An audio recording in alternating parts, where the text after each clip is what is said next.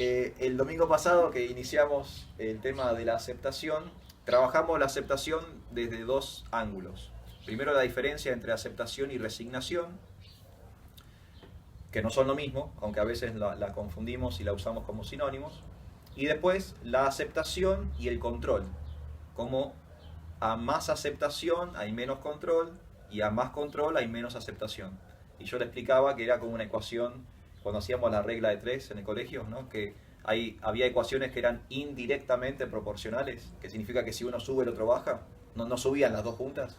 Bueno, así es la relación que hay entre aceptación y control. Entonces, para resumir muy brevemente, la diferencia entre aceptación y resignación es que aceptación es positivo, es afirmativo. La aceptación es acción. Yo cuando acepto algo, no estoy hablando como una frase hecha, no estoy tirando la toalla, ¿sí? No me estoy rindiendo, sino que estoy haciendo un recorte de la realidad y estoy construyendo en base a ese recorte. Y yo daba el ejemplo, bueno, el que vivimos todo ahora, el COVID, ¿sí? Todos estamos aceptando que hay una pandemia. Y en base a la aceptación de la pandemia y de las nuevas normas, la famosa nueva normalidad que genera la pandemia, estamos haciendo. Nosotros, por ejemplo, estamos haciendo esto. Es nuevo, es distinto, hay reglas nuevas, características diferentes, pero no nos detuvimos. De marzo a diciembre estuvimos online, haciendo lo mejor que pudimos en las redes, y ahora que se dio la posibilidad de volver a lo presencial, estamos haciendo lo presencial. Entonces nunca nos rendimos, o sea, la congregación no tiró la toalla, nunca se cayó la prédica o el compartir conciencia de Krishna, pero aceptamos que hay normas nuevas. Y estamos construyendo, haciendo en base a las normas nuevas. Y eso es aceptación. Y eso es bueno. Eso es afirmativo, eso es positivo y eso es acción. La resignación es como su contraparte mala, ¿sí? Negativa, que tiende a rendirse, tiende al letargo, tiende a la inactividad. Entonces cuando alguien se resigna, ¿qué hace? Se queda como en el molde, ¿no? Se detiene para el proceso que venía sucediéndose. Entonces nosotros no entendemos la aceptación como resignación, sino al revés. Entendemos la aceptación como una acción, ¿sí? Como algo positivo, no como algo negativo. Entonces hacíamos esa diferencia, ¿sí? A veces quizás en el imaginario son como sinónimos o uno entiende que son casi como la misma cosa, pero nosotros en nuestra filosofía logramos diferenciarlas, tienen características distintas. Afirmativo, positivo, acción, inacción, aceptación, resignación. Y en relación con el control, lo que hablábamos es un poco lo que les comentaba recién. Todos tenemos más o menos manía de control, ¿sí? Es algo spoiler de la existencia. Todos tenemos algún tipo de TOC o de manía de control, ¿sí? Algunos lo tienen más exacerbado y a veces es un problema, de hecho necesitan tratarse para resolverlo, y otros quizás pasa entre comillas desapercibido, pero lo tenés, ¿no? Y si te tocan el lugar indicado, te das cuenta que lo tenés, ¿no? Yo daba el ejemplo, ¿no? Hay personas que les gusta la cosa en ciertas cosas en ciertos lugares, y cuando no veo esa cosa en ese lugar, como que, ¿qué pasó? ¿Quién tocó el florero? ¿No? Como que eso se llama manía de control. No es tóxico, no estoy lastimando a nadie, no me estoy lastimando yo, pero está ahí, existe, está en un subyacente de mi psiquis, está. El problema con la manía de control es que cuanto más me sumerjo en querer controlar, menos herramientas y posibilidades tengo de aceptar. ¿Por qué? Porque si todo va a pasar por mí y como yo creo que son las cosas, claro, la otredad, el otro, la opinión diversa no existe en mi microcosmos. Si es lo que yo digo, como yo digo, cuando yo lo digo. Entonces, si nuestra burbuja del control es muy espesa, entonces nos va a costar muchísimo la cualidad de la aceptación. Entonces, un trabajito que tenemos que hacer todos, empezar a bajar los decibeles del control, ¿no? Darle un poco de rienda libre al fluir, porque si no la aceptación va a ser muy difícil o quizás imposible. Y en la no aceptación está la frustración. Entonces, por ejemplo, tenemos otra vez, ¿no?, el tema del COVID. Si yo me niego al COVID, no lo quiero aceptar, no quiero usar la máscara, no me quiero poner alcohol, y resulta que hay muy pocas cosas que puedo hacer hoy en día. No podría entrar en ciertos negocios, o sea, hay muy pocas cosas que podría hacer. ¿Por qué? Porque hay normas en base a esta situación, a la aceptación de esta situación. Entonces, ¿se entiende eso? Control y aceptación, ¿no? Son como indirectamente proporcionales. Y yo tengo que trabajar más aceptación para bajar el control, y si bajo el control, sube la aceptación. Eso es un poco el resumen de la semana pasada. Y para el día de hoy, quería como continuar un poco con la semana pasada y agregar algo extra, y es entender el control desde el concepto de equilibrio o ecuanimidad, que dicho sea paso, Gloria, esta palabra seguramente la conoce, sama, ¿no?, que es la clínica del doctor Nicasio. Sama en sánscrito, algunas palabras que usamos vienen del sánscrito. El sánscrito es el idioma original de la cultura del yoga. Y como nuestra tradición pertenece a la cultura del yoga, bueno, hay muchas palabras que surgen desde ese lugar. Sama en sánscrito, en este idioma antiguo del yoga, significa equilibrio o ecuanimidad. Y hoy vamos a ver que hay una relación entre el equilibrio y la aceptación. Si yo estoy muy desequilibrado, ya sea psicológicamente, emocionalmente, materialmente, ¿no?, desde cualquiera de las áreas de existencia o los niveles de existencia, si yo estoy muy, en lo que en el Ayurveda se llama dosha, si estoy muy desencajado o desenfocado, la aceptación va a ser más difícil. Va a resultar más fácil la aceptación si yo tengo un equilibrio. Si tengo un equilibrio psicológico, si tengo un equilibrio emocional, si tengo un equilibrio material, ¿no? En cuanto más cimientos yo tenga para construir, más fácil va a ser la aceptación. Ese es un punto que voy a tratar el día de hoy. Y el otro punto también tiene vinculación con el yoga. Y bueno, Seba, María, ustedes hacen... Gloria, ¿usted hace yoga? No. ¿Fede? No, hice un par de veces. Pero no. Está bien, yo tampoco. No te sientas mal porque en mi vida hice hatha yoga. Pero bueno, Madre Padma, Seba, Madre María. Ah, usted también. Sí. Mariela. Mira. Somos una franca minoría, entonces. Sí, sí. Hay un concepto en el yoga, en el hatha yoga. El inicio del ashtanga, del camino, de la metodología, es yaman y yamas, ¿sí?, que a veces se traduce como autocontrol, regulación, y a veces se traduce como aceptar y rechazar. Hay cosas que el practicante de yoga tiene que aceptar para poder hacer yoga, y hay cosas que el practicante tiene que rechazar para poder hacer yoga. Y no solamente el practicante de yoga, cualquiera en cualquier disciplina. ¿Sí? Yo siempre doy el ejemplo del universitario, no sé si han tenido experiencia universitaria, pero hay momentos ingratos en la experiencia universitaria donde hay noches sin dormir, preparando trabajos, preparando un final, tus amigos están todos de fiesta y vos tenés que quedarte solo, como loco malo, comiéndote un libro de este tamaño, ¿no?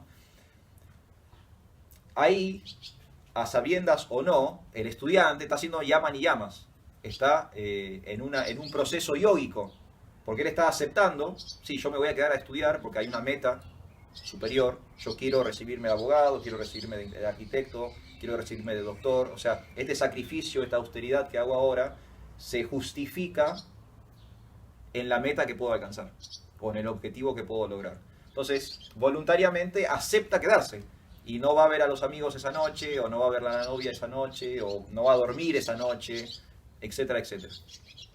Y al mismo tiempo rechaza. ¿Qué rechaza? Rechaza salir, rechaza la fiesta, rechaza, etcétera, etcétera, y se queda. ¿Sí? Entonces, eso también tiene que ver con lo que voy a querer tratar el día de hoy. Unir la aceptación con el inicio de lo que sería una práctica de yoga. ¿Se entiende más o menos? ¿Estamos bien? ¿Alguien tiene una consulta, una pregunta, algo que decir? ¿Arranco? Ok. Entonces, para el día de hoy, para tratar estos temas, traje un texto que se llama Bhagavad Gita. No sé si Federico, si Gloria, ustedes conocen Bhagavad Gita. Muy bien. Bhagavad Gita es como, no solamente es uno de los textos filosóficos principales de la humanidad, sino que es específicamente como nuestro texto de cabecera, ¿sí? Sería como la Biblia de nuestra tradición. Nosotros pertenecemos a una tradición que se llama Bhakti Yoga. Y para el Bhakti Yoga, el Bhagavad Gita es como el ABC, es como el texto fundamental, por así decirlo. El Bhagavad Gita es una conversación entre Dios y el hombre, ¿sí? Es un diálogo. Está dividido en 700 versos o versículos que están agrupados en 18 capítulos. Y a lo largo de la conversación entre el diálogo que tiene Dios con el hombre, surgen muchos temas existenciales que aún hoy nos estamos preguntando. Por ejemplo, ¿qué hay después de la muerte? El dilema existencial humano por excelencia es que hay más allá, ¿sí? Pero también aparecen temas como el dharma, el deber, qué es lo que tenemos que hacer, qué es lo correcto para hacer. Ese es uno de los temas. El yoga es uno de los temas. Yoga en el sentido de no de práctica física, sino de conexión, ¿sí? ¿Cuál es la conexión? ¿Qué conexión es la que yo tengo que desarrollar? El mundo material, se habla mucho del mundo material en el Bhagavad Gita. ¿Qué es el mundo? ¿Qué es esto que me rodea? ¿Sí? Esta Matrix. ¿Esto es real? ¿No es real? ¿Es bueno? ¿Es malo? ¿Estoy atrapado? ¿No estoy atrapado? ¿No? ¿Qué es todo esto que yo percibo con mis sentidos? Hay muchos temas que se van hablando a lo largo del Bhagavad Gita. Y para el día de hoy traje un fragmento de uno de los comentarios o uno de los significados. Esta versión del Bhagavad Gita, que se llama Bhagavad Gita tal como es, está traducida y comentada por un Bhakti Yogi, o sea, una persona que practicaba nuestra cultura espiritual y que en la década del 60 vino de Oriente a Occidente. O sea, se subió a un barco en la India y ese barco lo trajo hasta Norteamérica y él en Norteamérica empezó a compartir esta información. Hasta ese momento, 1965, nunca había sucedido. O sea, el Bhakti Yoga no había aparecido en América, en Occidente. Sí había habido otros yogis, que yo, Vivekananda, por ejemplo, ¿no? Había estado ya en Norteamérica, pero con otros procesos o otras disciplinas dentro del yoga, no con el yoga de la devoción o el yoga del amor por Dios. Entonces Srila Prabhupada, él comentó y tradujo esta edición del Bhagavad Gita, que es el que usamos nosotros, y voy a leerles, si ustedes me permiten, un fragmento de uno de sus comentarios, ¿sí? Que habla sobre la aceptación en relación con el equilibrio. El verso que está comentado en este caso pertenece al capítulo número 10. El capítulo 10 se llama La opulencia del absoluto. Y es un capítulo donde se habla enteramente de las características de Dios, ¿sí? ¿Qué características tiene Dios? O sea, qué cosas, qué atributos tiene Dios. Nosotros, bueno, creo que la mayoría, ¿no? Todos venimos de tradición judeo-cristiana y tanto en el cristianismo como en el judaísmo hay ciertos aspectos, ¿no? Que por ir a misa 2 o 3 veces más o menos te enterás de cuáles son algunos aspectos de Dios, ¿no? Por ejemplo, es omnipotente, significa que es todopoderoso, ¿no? Es omnisapiente, ¿no? Que sabe todo. Entonces Dios tiene algunas características y también en otras tradiciones, ¿no? En el Islam, ¿no? Dios es Alá, es el supremo, ¿no? Es el ser supremo, es el más grande. Y el capítulo 10 del Bhagavad Gita habla de todas esas características o cualidades. Es una descripción de las particularidades que tiene Dios. Y entre esas particularidades, en un momento Dios dice lo siguiente. Yo voy a leer la traducción del verso y después voy a leer solo un fragmento del comentario. Dios dice, la inteligencia, el conocimiento, la ausencia de duda y engaño, la indulgencia, la veracidad, el control de los sentidos, el control de la mente, la felicidad, la aflicción, el nacimiento, la muerte, el temor, la valentía, la no violencia, la ecuanimidad, la satisfacción, la austeridad, la caridad, la fama y la infamia. Todas estas diversas cualidades de los seres vivos son creadas por mí. Entonces Dios acá en este verso está explicando que Él no solo se ocupa en la creación material, no es que solamente hizo las montañas y el cielo y el sol y la luna y las estrellas. No solamente es que la energía divina está en cosas, sino que también la energía divina o el aporte de Dios también está en sentimientos, en cualidades, en emociones, ¿sí? No siempre, sí, porque tenemos la idea de un Dios creador, pero un Dios creador de cosas, ¿no? Creó la tierra, el mar, las montañas, el bosque, y tenemos esa proyección de lo que se llama el Dios natural.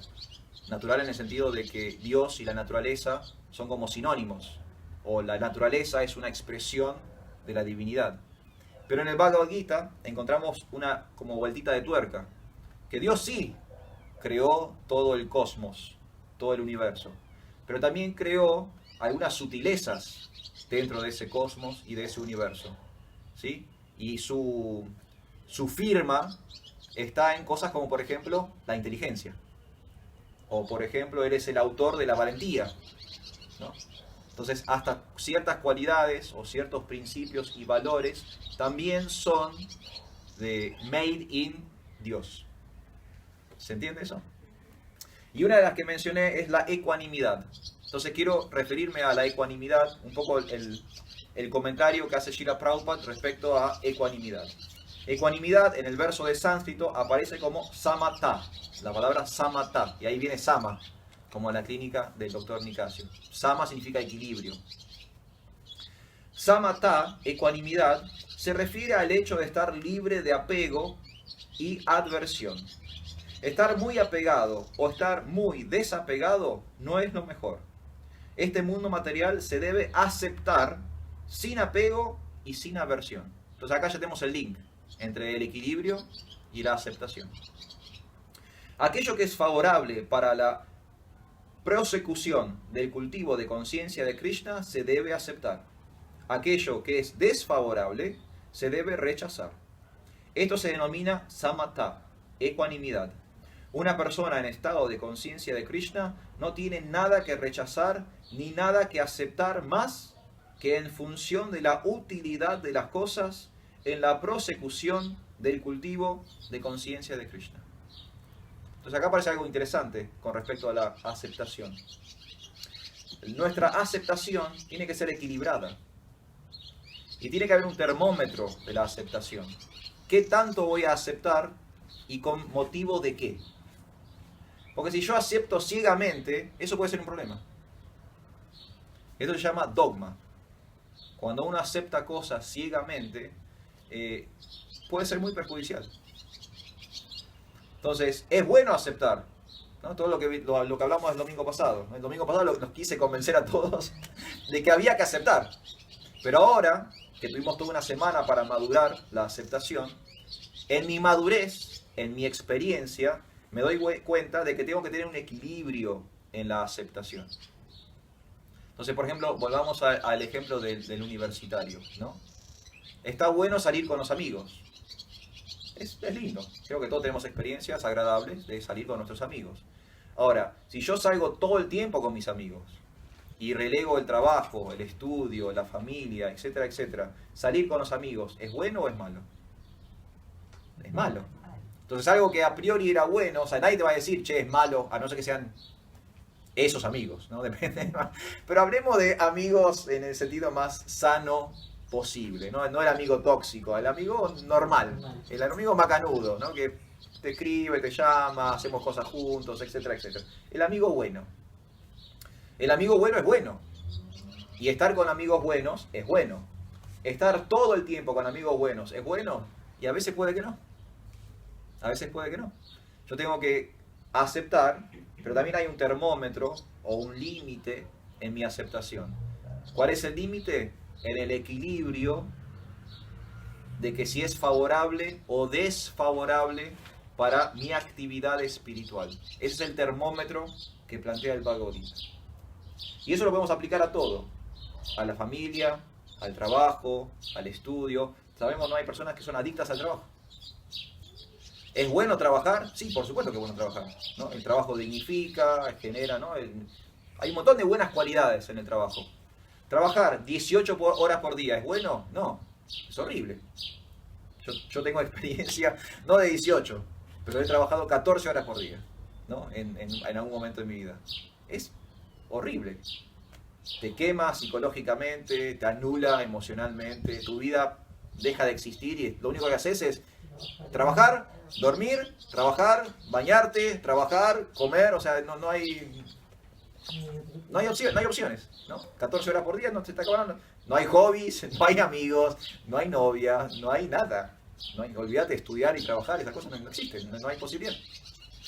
Entonces, en ese desequilibrio, en ese desfasaje,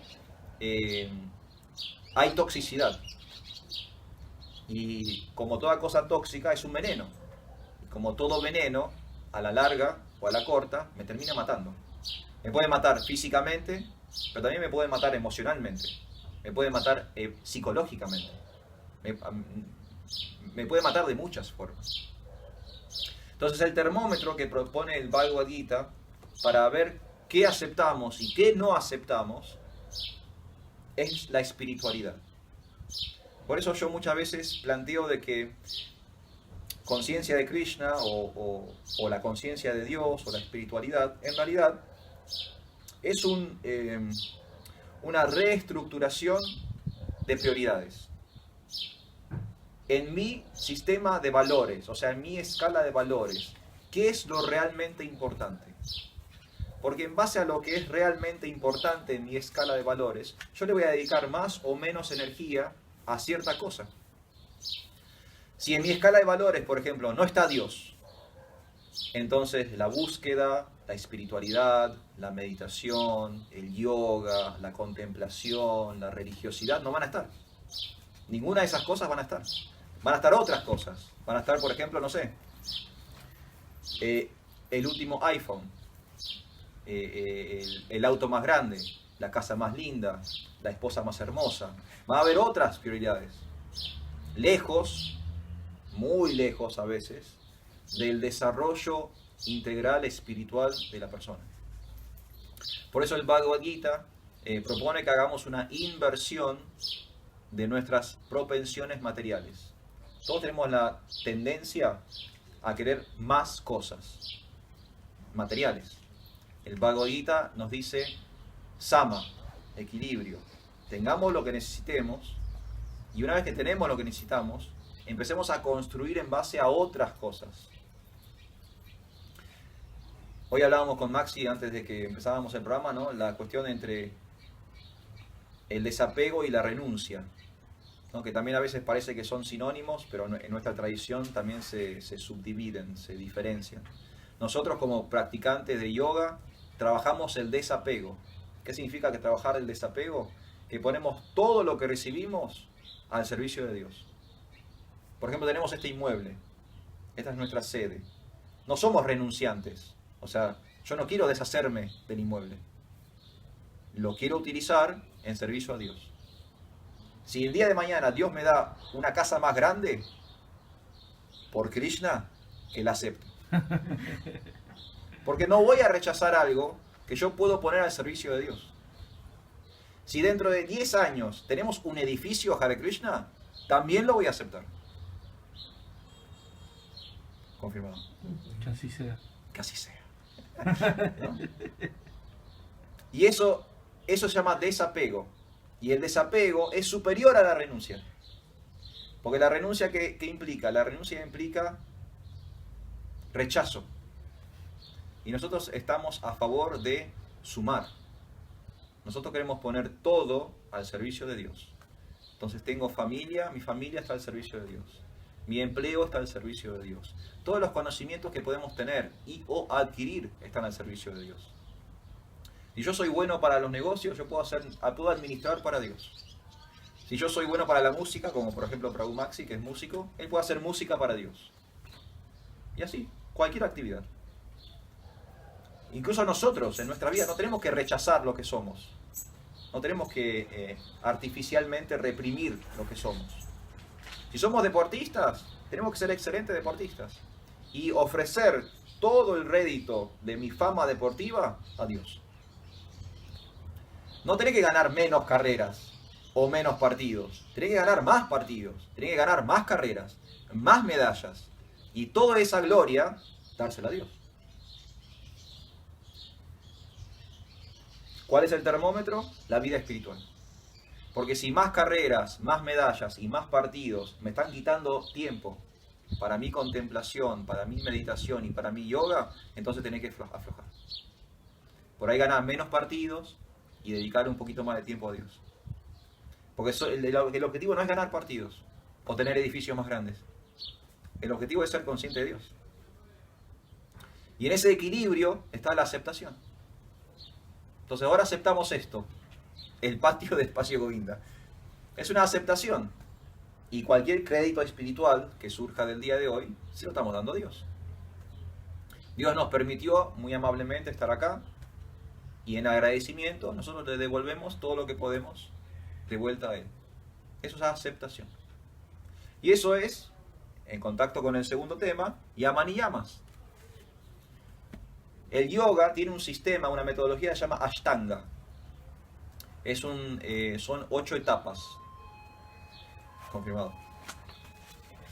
Son 8 etapas. Y el Ashtanga, como método, hace que el yoga sea una ciencia. A veces nos confundimos, creemos que el yoga simplemente es una especie como de contorsionismo, un ejercicio, como ir al gimnasio, ¿no? Al gimnasio van los jóvenes, al yoga van los menos jóvenes. No es real. No es real. El yoga es una ciencia. Y para que algo sea una ciencia, necesita de un método. Y el método en yoga se llama Ashtanga. Es un proceso de 8 etapas. Y las primeras 2 etapas no son etapas físicas o mecánicas. Son etapas de principios y valores. Yaman y yamas, los primeros 2 pasos en el yoga, tiene que ver con ética y moral. Porque tiene que ver con decisiones personales que el practicante tiene que hacer. Por ejemplo, el primer paso es ahimsa, la no violencia. Si yo quiero practicar yoga, en algún momento de mi práctica tengo que empezar a trabajar el ahimsa, la no violencia. Yo no puedo hacer yoga y ser un violento, un agresivo en simultáneo. No sucede, no funciona. Tengo que empezar a depurar, a animar, a soltar alguna mala cualidad. Santosh, por ejemplo, otra cualidad que tengo que desarrollar, ¿no? La satisfacción, un poco lo que hablábamos hoy. Lo que tengo, lo disfruto, se lo entrego a Dios, ¿sí? Estoy satisfecho con lo que tengo, ¿sí? Saucha, la limpieza, otra cualidad que tengo que empezar a trabajar, ¿no? Tengo que ser limpio por fuera, ¿no? Tengo que estar aseado, higienizado, bañado. Los que pueden se peinan, los que no pueden no se peinan, pero tengo que estar limpio por fuera y por dentro, porque yo puedo tener un exterior reluciente y puedo tener un interior mugriento, sucio, negro, telaraña, cucarachas. Por dentro, en mi psicología, en mis emociones, yo puedo estar sucio por dentro. El yogi tiene que limpiarse por fuera y limpiarse por dentro. Entonces hay muchos yamas y muchos niyamas. Hay cosas que tengo que aceptar, cosas que tengo que rechazar. Pero ¿en base a qué? Y acá volvemos al termómetro. Tiene que haber una vara que me permita medir en base a qué voy a hacer, a dónde hago el corte, ¿de dónde trazo la línea? Bueno, la línea, el corte, el termómetro es mi vida espiritual. Si yo realmente quiero tener un yoga profundo, tengo que empezar a rever cuáles son mis prioridades. Mi prioridad es salir de joda el sábado de la noche. Mi prioridad es ir a todos los estrenos de cine. Mi prioridad es ganar esa medalla. Mi prioridad, tengo que ver cuáles son mis prioridades. Si Dios no está en ninguna de esas prioridades, y entonces quizás tenga que reevaluar si quiero o no quiero ser un espiritualista. Porque si realmente quiero ser una persona de introspección, Dios necesita un espacio predominante en mi escala de valores. Predominante.